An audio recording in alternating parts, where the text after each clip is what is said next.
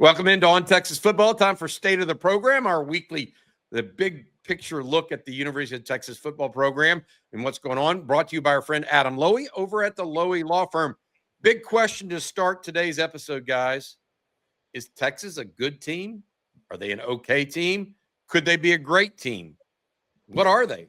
Right now, do we really know? They're 6-2. We know the record, but, what really are they behind the curtain? Rod, I'm going to start with you and let you talk a little bit here. Yeah, I don't think I've had a Texas team 8 games in where I really haven't been able to definitively answer that question, or at least I feel strongly about, the opinion that I have of this team. Like, I actually don't know if Texas is a good team at this time. There's evidence to support both arguments that Texas is a good team or they're just an above average or an average team. Like, there's evidence at this point, even though they're 6-2, to support both. I mean, you can point to the defense and the special teams because they're among elite in those categories. But then offensively, there are a lot of categories offensively where Texas is among the worst in the country. So to be a good team, you want to be relatively, playing at a high level in all phases of the game. And that's not really the case for Texas yet. And then you look at the Ohio State game. Ohio State may be the best team in the country. And you played Ohio State, pretty good down to the wire, even though your offense was non-existent for basically 3.5 quarters of that game. And then you still played them down to the wire on the road. Beat Oklahoma at the time. John Mateer had the injury, but you beat a team like Oklahoma and had a really good offensive performance for a half of football. But Mississippi State, Kentucky, even though, you played, I think, a really, really admirable game in terms of your performance, showed a lot of heart, showed a lot of fight. And I think Longhorn fans should be proud of that. Those are 2 of, if not the worst teams in the SEC. And it took overtime and every ounce of everything you had to beat them on the road. Now, that is on the road, so that's an accomplishment anytime you're playing in the SEC. But you'd have thought Texas, if you're a good team, you should be able to put those types of teams in their place and you play to a standard. So I'll admit at this point, I am not sure. This Vanderbilt game may actually turn a lot of folks toward one opinion or the other, whether they're a good team or whether this is an average team. I'm not really sure. Vanderbilt's a good team. That's clear. I think we can look at all the stats and look at the ranking with the Longhorns at this time. I still think the jury's out. I really don't know. And I think you could go either way with it. They're a good team or they're going to end up being an average team. And with the games they got left to play, that could also still end up being the case. We know this is a 6-2 team, but that can turn quickly based on what's left. Gary, what do you think? Yeah, so my first thing is that they haven't played up to their talent level. That's the one thing I will say. I 100% believe. When you look at the schedule, Texas' strength of schedule is almost being propped up by playing at Ohio State and at Florida and then an Oklahoma neutral game, right? But to Rod's point, the hard thing to know about Texas, outside of if you just look at what you see with your eyes, San Jose State, UTEP, and Sam Houston State are all really bad G5 teams this year. San Jose State 2-5. I think UTEP's 2-6, and Sam Houston State, I don't think is going to win a game. Maybe they get one. So they're really bad teams. Well, Florida fired their coach. You're the only thing they have to crow about this year, right, is beating Texas. They fired their coach. They got punked at A&M the week after, right? And so if you just look at that and you look at the Texas schedule, and then to Rod's point, at Kentucky, at Mississippi State, those are 2 of your bottom feeders in the SEC. There's nothing Texas has really put out there that you can convince you they're a good team. Here's what is going to be interesting for me coming off Mississippi State. And I don't think it's going to be consistent, but can they find any more offensive continuity? Because I will die on the hill that they have not played up to their talent level this year. It's just what I believe after seeing all these kids. And can they find any thread of consistency offensively and continuity on offense the rest of the way? If they can, and I'm not saying it's going to be 4 quarters, I don't think we're going to see Texas put together a 4-quarter game, both sides of the ball, in special teams this year. That's the one thing I feel pretty confident in saying. And I could be wrong. Maybe they do it against A&M. But if they can put together 3 quarters of offensive football with the defense and special teams they have, then they become a very good team. And that's the question. Can they find that by the A&M game is my question. Yeah, I think we're all talking about the same thing. And to go back to what Rod said, I believe they have traits of very good football team. The defense is a trait. The return game right now is certainly a trait. But they have other traits of bad football teams. Inconsistent offensive play. Yes. Not being able to run the football. Those are what bad teams do. Yeah. And so when you mix it all together, I'm not sure what you come out of it. You can add other really good traits. I think we would all agree they have grit. They are. I mean, you don't win 2 consecutive overtime games on the road without having some grit to you. You know, I think they have, like I said, they have some traits that are eye-opening. I mean, defense, they can get after the pass rusher if they bring Anthony Hill. Yeah. I mean, they really do have some. Ryan Niblett has been a revelation. He is a trait that this team has.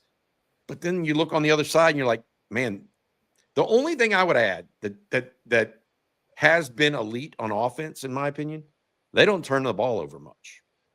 That's true. I mean, they're very good. I mean, Arch had 1 interception that came off of a tip pass last week. They're very good about taking care of the football. If they take care of the football and find what they found in the 4th quarter against Mississippi State, can they then become, a good to great football team? Maybe later in the year. We'll see. I mean, we don't know until today if Arch is even going to play this weekend, right? And so a lot to think about. But I feel like y'all do. It's like I'm kind of in Neverland, or Netherworld. You don't know whether it's good or average or somewhere in between. And hell, it could be just depending on that day and who they're playing. Yeah. Right? Oklahoma game, that second half. Yeah. I mean, we still, like I said, that to Jerry's point, that may be the sample size of them playing as all 3 phases playing well together for 2 quarters. I don't know if we've had against a Power 4 opponent, throw out the Rudy Poo cupcakes. But against a Power 4 opponent, have we seen them put together more than 2 quarters of football where all 3 phases are playing at a really high level? No. That's a team. That's team football right there. And we haven't seen. So to Jerry's point, I don't know if we're gonna see it. They're gonna need it though if they want to win some of these big games coming up. They need it versus Vandy. Honestly. Yeah, I mean, even if we look beyond Vandy, they're going to have 3 quarters of solid football at Georgia and against A&M. Yep. Period. Beyond solid, maybe. By the way. Yeah. Elite. Yeah, I agree with that. I mean, the long story short of it is, I mean, you're just asking for 3 quarters. To Rod's point, I mean, you're not even. We've only seen 2 quarters of really good complimentary football in a row. At Mississippi State, now we saw a full quarter, but the best they've done this year, in our opinion, is 2 full quarters.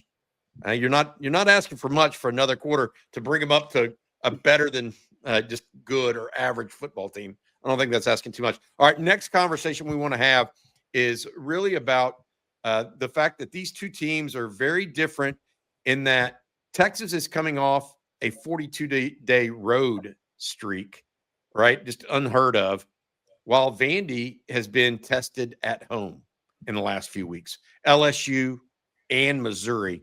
Before we do that and talk about how they're coming at this game in 2 different ways, I want to make sure we say thank you to our sponsor. The State of the Program brought to you every week by Adam Lowy over at the Lowy Law Firm. If you've been injured in a car wreck, truck wreck, automobile accident of any kind, from ATV to 18-wheeler, give Adam and his group a shout. LowyLawFirm.com. That's LowyLawFirm.com. University of Texas Law School grad. Adam's there to help you and yours in your time of need. Again, LowyLawFirm.com. Thank you, Adam, for your sponsorship of On Texas Football. Jerry, I want to start with you. The difference here, Texas coming home after surviving two, overtimes, as well as playing in Red River. Vanderbilt finally going on the road after surviving against LSU and Missouri back to back. What are your thoughts on how that kind of meshes out and what it'll mean on Saturday? Well, the one thing for Vanderbilt, I posted this on ontexasfootball.com. What Diego Pavia has brought to Vanderbilt is belief. They're 4-4 on the road against Power 4 opponents the last 2 years.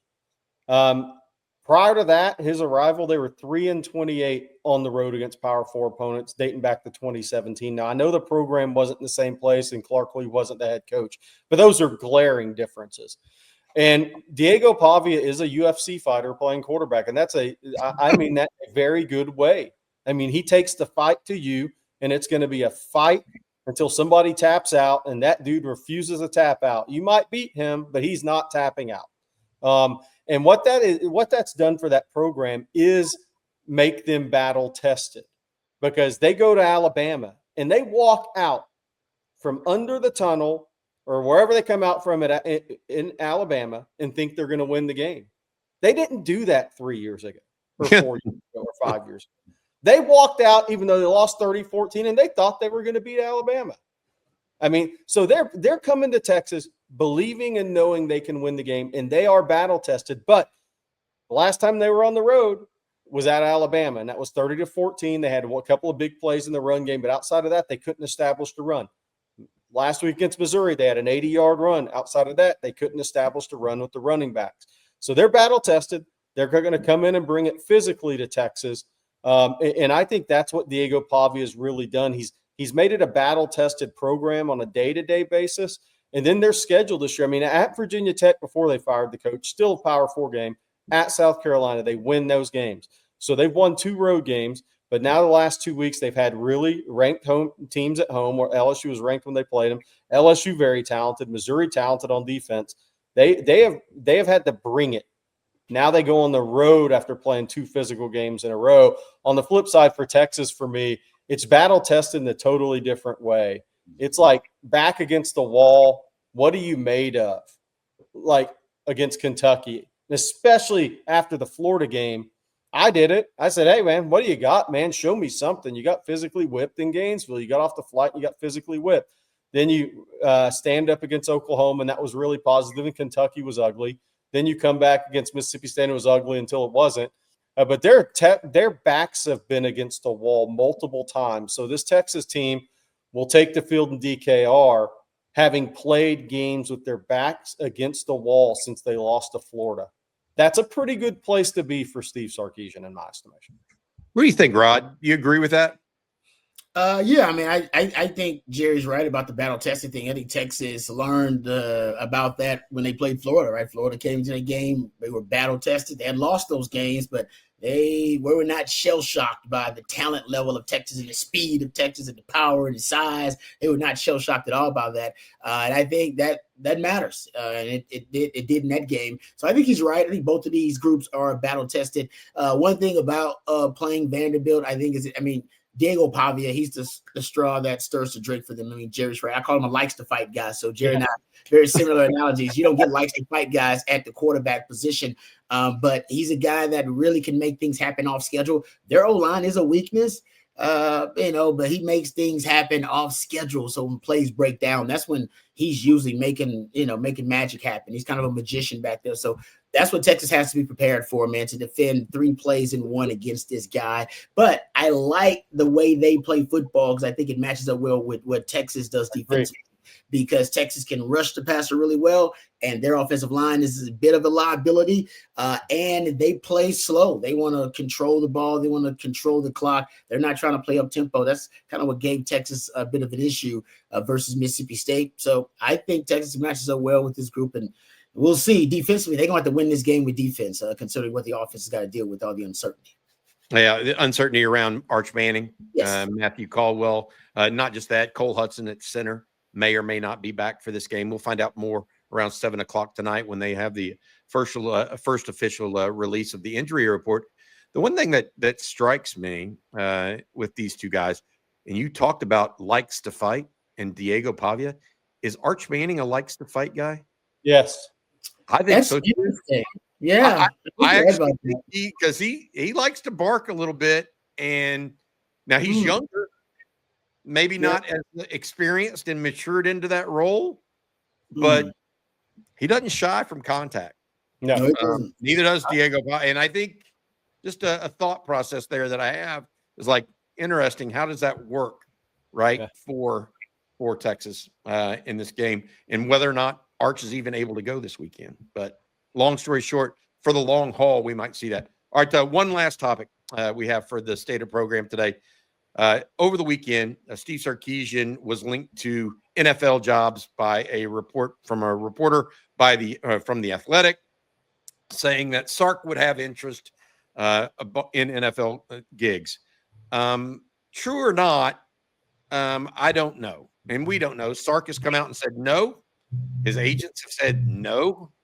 But here's the real question I have for you, Jerry, is whether or not it's true or not doesn't matter. It's perception equals reality at times. Yeah. Has that hurt the actual recruitment of players or anything like that? Has it had a lingering effect? Like, what's the fallout of that thus far? We're only 4 days into it, but it's kind of quieted. Is that kind of a muted response at this point for recruiting? Yeah, I mean, look, any other year it may matter a lot, but this year there's so much turbulence. Everybody's puking into their bags on airplanes right now. This is the most turbulent college coaching carousel in time in a mid-season we've ever seen. I mean, Billy Napier's gone. Well, you recruit against him, Kendall Gerville. I mean, what's Kendall going to be? Coach Sark, are you thinking about going to the league? Hey, who's the coach at Florida going to be? Have they hired anybody yet? I mean, yeah, at least you have answers right now. LSU. I mean, hey, Richard Anderson, we'd love to come have you on campus. Coach, are you going to be there? Well, I'm still here. You're committed. Where's the where you're committed to? Is that coach still there? I mean, you got easy answers this year. That's one thing I'll tell you. Anybody Ole Miss trying to recruit against you right now? Hey, is your coach going to be there? Is yours? Like, there's certain questions that can't be. There's certain questions that can't be brought up because of the turbulence in college football right now. So this is a great year for that to happen. I don't think that's affecting anything right now for Texas. Okay. Rob, what about you? You from this more the psyche of the team as opposed to recruiting, you think it'll have any lingering effect? I don't think so. I think Sark has definitely been authentic. I mean, that's one of the things that, we respected about Sark, his authenticity with the culture, right? A culture of them being authentic with each other in terms of their culture days. And he talks about how they're sharing. So I think they trust Sark. And I think Sark has told them. Now, is Sark telling them the same thing that he's telling the media? That I don't know. I mean, Sark maybe that's family. So he could tell, Mac would tell us different things that he was telling the media. So it could be a different message in there with those guys. But I think ultimately, and I've always said, Sark has NFL aspirations. I've said that from the get-go. And it's not an NFL secret. So it's not a secret. Like, everybody knows that. Yeah. Everybody who knows Sark knows he's got NFL aspirations. Like, I'm just throwing it out there. I always said he's going to win a national title at Texas first, and then you're going to have to worry about him leaving. But maybe I was wrong about that latter part. But I don't think it's a shock to anyone. And I don't think it's a secret that Sark likes the NFL. He talks about the NFL all the time. When the guy's free time, he goes to NFL training camps and wants to go talk to NFL head coaches, guys. That's to me, that he has put that out there publicly. So I think ultimately the guys still trust him. They play for him. Watch the product on the field. That's what you watch. Now, that group had given up on Sark, and they were distracted by that rumor. It may have started that way, but hell, it didn't end that way. They played like hell and fought for their coach. So I'm not sure what the message is because nobody knows the exact message, but I know what the product is. And the product says they fight like hell for that dude. Yeah. They do not believe their coach is abandoning them or their coach is disassociated from them. They fight like hell for them. So it looks like that's going to be the case down to the wire. I don't think Sark is leaving to go to Tennessee. I think if it was out there, that was his people working for him. Now, whether he told them to do that or not, that's a different conversation. But I think there are people out there whose job it is to look out for Steve Sarkisian, and they were just doing their job. And I want to say this too. where college football is really college sports have changed. Look how hard the Ole Miss kids played last week against Oklahoma. They know their coach is out of here. And I'm not saying Sark's out of here, but they know Lane Kiffin's probably out, or they think he is. You're playing for NIL contracts now. Every game you put on tape. DJ Lagway needs to have a good game against Georgia. Whether he's at Florida or not, you're playing for your next contract in college sports nowadays. That changes the game of how you react to rumors around your coaches. Yeah, I think it's interesting because y'all both bring up different points. Mine is the player's ability to compartmentalize distractions like this. You know, everybody, a lot of coaches talk about it. Control what you can control. Yeah, that's really the message, right?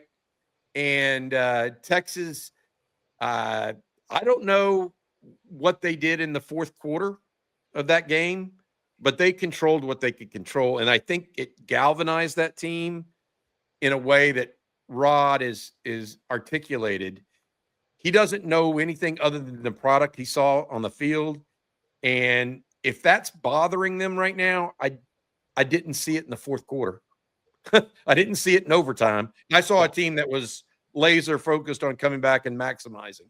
So the fallout is right now muted, I think, overall. It's not affecting them in recruiting, we don't really think, because of maybe the turbulence everywhere else. I mean, you got Penn State paying $50 million and LSU paying $50. I mean, it's just different whenever a guy is gone as opposed to, oh, he might entertain offers. It's just a categorically different piece. And then also the idea that, hey, no matter who you are, you got to pay, or you got to play for what's next, whether that's in NIL or the NFL draft for that. I want to add this. Hey, Rod, when y'all were playing at Texas, there's one thing that never happened.